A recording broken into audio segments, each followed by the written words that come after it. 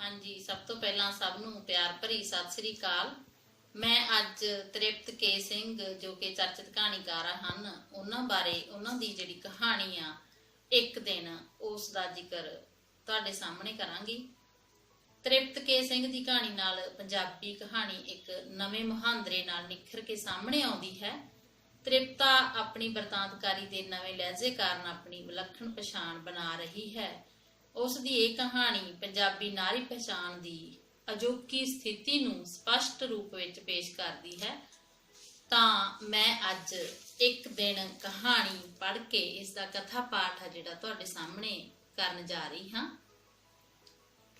ਕਹਾਣੀ ਸ਼ੁਰੂ ਕਰਦੇ ਹਾਂ। ਦਫ਼ਤਰ ਬੈਠੇ ਮੈਂ ਸਾਹਮਣੇ ਟੇਬਲ ਤੇ ਪਏ ਪੇਪਰਵੇਟ ਨੂੰ ਕਿੰਨੇ ਹੀ ਚਿਰ ਤੋਂ ਆਵਾਗਮਨ ਕਮਾਈ ਜਾ ਰਿਹਾ ਹਾਂ। ਕੰਧ ਤੇ ਟੰਗੀ ਘੜੀ ਦੀ ਟਿਕ ਟਿਕ ਅਤੇ ਪੱਖੇ ਦੀ ਹਵਾ ਨਾਲ ਖੜਕਦਾ ਪੰਜਾਬ ਸਰਕਾਰ ਦਾ ਕੈਲੰਡਰ ਮੇਰੀ ਬਿਰਤੀ 'ਚ ਖਲਲ ਪਾ ਰਹੇ ਹਨ। 3-4 ਜ਼ਰੂਰੀ ਕੰਮ ਨਿਪਟਾਉਣ ਵਾਲੇ ਪਏ ਨੇ।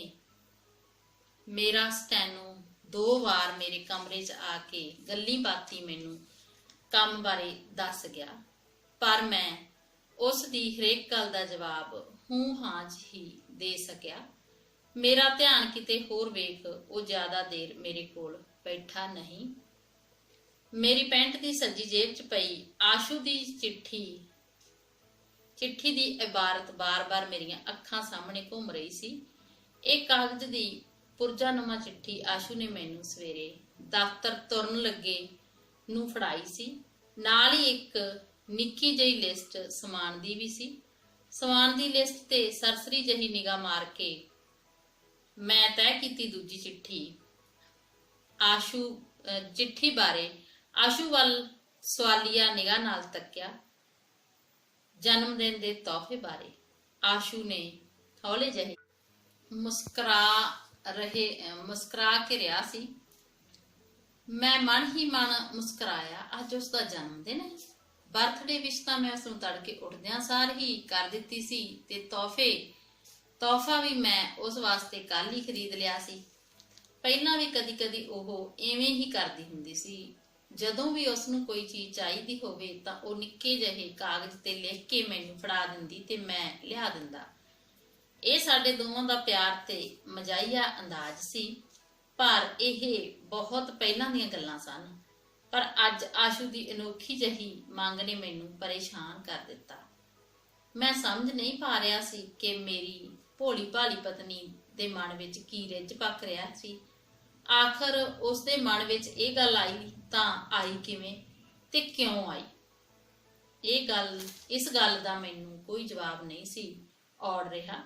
ਮੈਂ ਕਾਰਨ ਜਾਣਨ ਲਈ ਆਪਣੀ ਵਿਆਹੁਤਾ ਜ਼ਿੰਦਗੀ ਤੇ ਨਜ਼ਰ ਮਾਰਦਾ।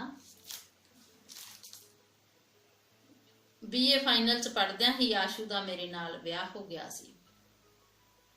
ਭੋਲੀ ਭਾਲੀ ਗੁੱਡੀ ਵਰਗੀ ਉਹ ਕਿੰਨੀ ਪਿਆਰੀ ਲੱਗਦੀ ਸੀ। ਵਿਹੜੇ ਵਿੱਚ ਤੁਰਦੀ ਫਿਰਦੀ ਆਸ਼ੂ ਦੇ ਪੈਰੀਂ ਪਾਈਆਂ ਝਾਂਜਰਾਂ ਦੀ ਛਣ-ਛਣ ਮੈਨੂੰ ਬਹੁਤ ਚੰਗੀ ਲੱਗਦੀ ਸੀ। ਹਨੀਮੂਨ ਲਈ ਕਿੱਥੇ ਚੱਲਣਾ ਫਿਰ? ਵਿਆਹ ਤੋਂ 4-5 ਦਿਨਾਂ ਮਗਰੋਂ ਮੈਂ ਆਸ਼ੂ ਨੂੰ ਗਲਵੱਕੜੀ 'ਚ ਲੈਂਦਿਆਂ ਪੁੱਛਿਆ ਸੀ। ਨੈਣੀਤਾਲ। ਉਹ ਸ਼ਰਮਾ ਕੇ ਸੰਖੇਪ ਜਿਹਾ ਉੱਤਰ ਦਿੱਤਾ ਸੀ।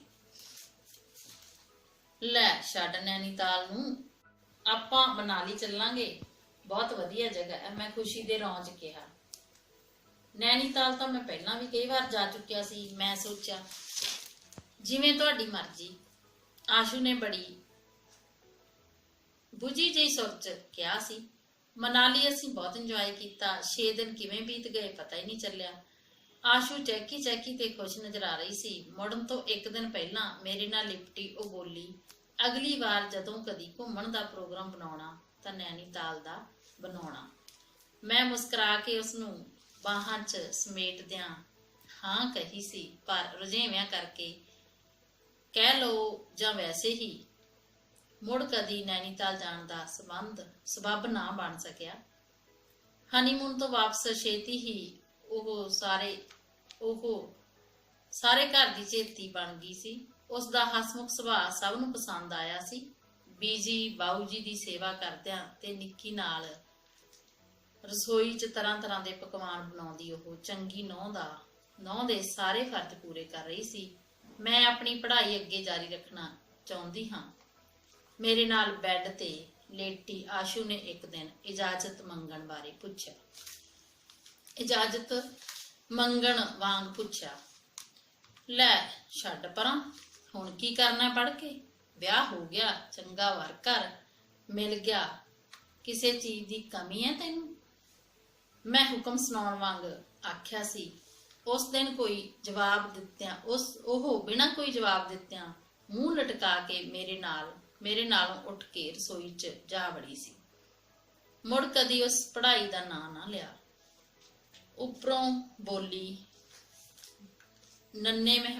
ਥਲੀ ਨੰਨੇ ਮਹਿਮਾਨ ਬਣ ਕੇ ਆਏ। ਆਸਥਾ ਤੇ ਮਨੂ ਨੇ ਸਾਡੇ ਘਰ ਨੂੰ ਚਹਿਕਣ ਲਾ ਦਿੱਤਾ। ਆਸ਼ੂ ਦੀਆਂ ਜ਼ਿੰਮੇਵਾਰੀਆਂ ਵੱਧ ਗਈਆਂ ਸਨ। ਵਧੀਆਂ ਜ਼ਿੰਮੇਵਾਰੀਆਂ 'ਚ ਉਸ ਦੀਆਂ ਆਪਣੀਆਂ ਚਹਿਚਹਾਟਾਂ ਕਿਧਰੇ ਗਵਾਚ ਜੀਆਂ ਗਈਆਂ ਸਨ। ਪਰ ਇਹ ਸਭ ਤਾਂ ਰੁਟੀਨ ਦੀਆਂ ਗੱਲਾਂ ਹਨ। ਸਾਰੀਆਂ ਔਰਤਾਂ ਦੀ ਜ਼ਿੰਦਗੀ ਦਾ ਰੁਟੀਨ ਲਗਭਗ ਇਹੋ ਜਿਹਾ ਹੀ ਤਾਂ ਹੁੰਦਾ ਹੈ। ਇਹ ਮੈਂ ਭਲਾ ਇਹ ਸਭ ਕਿਉਂ ਸੋਚ ਰਿਹਾ? ਮੈਂ ਸਿਰ ਨੂੰ ਝਟਕਾ ਜਿਹਾ ਦਿੱਤਾ, ਪਰ ਦਿਮਾਗ ਮੁੜ ਉਸ ਗੱਲ ਤੇ ਆ ਟਿਕਦਾ ਤੇ ਫਿਰ ਤੋਂ ਸੋਚ ਉੱਥੇ ਜਾ ਖੜਦੀ। ਮੈਂ ਆਪਣੇ ਬਾਰੇ ਸੋਚਣ ਲੱਗਾ। ਦਫ਼ਤਰੀ ਕੰਮ ਦਾ ਬਹਾਨਾ ਬਣਾ ਕੇ ਘਰੋਂ 2-4 ਵਾਰ ਦਿਨ ਬਾਹਰ ਰਹਿ ਆਉਂਦਾ ਤੇ ਮੌਕਾ ਮਿਲਣ ਤੇ ਥੋੜੀ ਬਹੁਤ ਮਸਤੀ ਵੀ ਕਰ ਲੈਂਦਾ। ਆਖਰ ਸਰਕਾਰੀ ਅਧਿਕਾਰੀ ਸਾਂ। ਹਾਂ, ਮੇਰੇ ਘਰ ਪਰਤਣ ਤੇ ਇੱਕ ਅੱਧਾ ਦਿਨ ਘੁੱਟੀ ਵੱਟੀ ਜਹੀ ਰਹਿੰਦੀ ਸੀ, ਪਰ ਬੋਲਦੀ ਨਹੀਂ ਸੀ ਆਸ਼ੂ ਕਦੀ ਵੀ ਕੁਝ। ਫਿਰ ਆਪੇ ਹੀ ਨਾਰਮਲ ਹੋ ਜਾਂਦੀ ਸੀ। ਬਹੁਤ ਗੁੱਸੇ ਹੋ ਕੇ ਆਖਰ ਉਹਨੇ ਜਾਣਾ ਵੀ ਕਿੱਥੇ ਸੀ? ਮੇਰੇ ਵਰਗਾ ਸਰਕਾਰੀ ਅਫਸਰ ਰੋਜ਼-ਰੋਜ਼ ਤਾਂ ਨਹੀਂ ਥਿਆਉਂਦਾ। ਪਰ ਉਸ ਦੇ ਅਜਿਹਾ ਸੋਚਣ ਲਈ ਇਹ ਸਭ ਕੁਝ ਕਾਰਨ ਬਹੁਤ ਛੋਟੇ-ਛੋਟੇ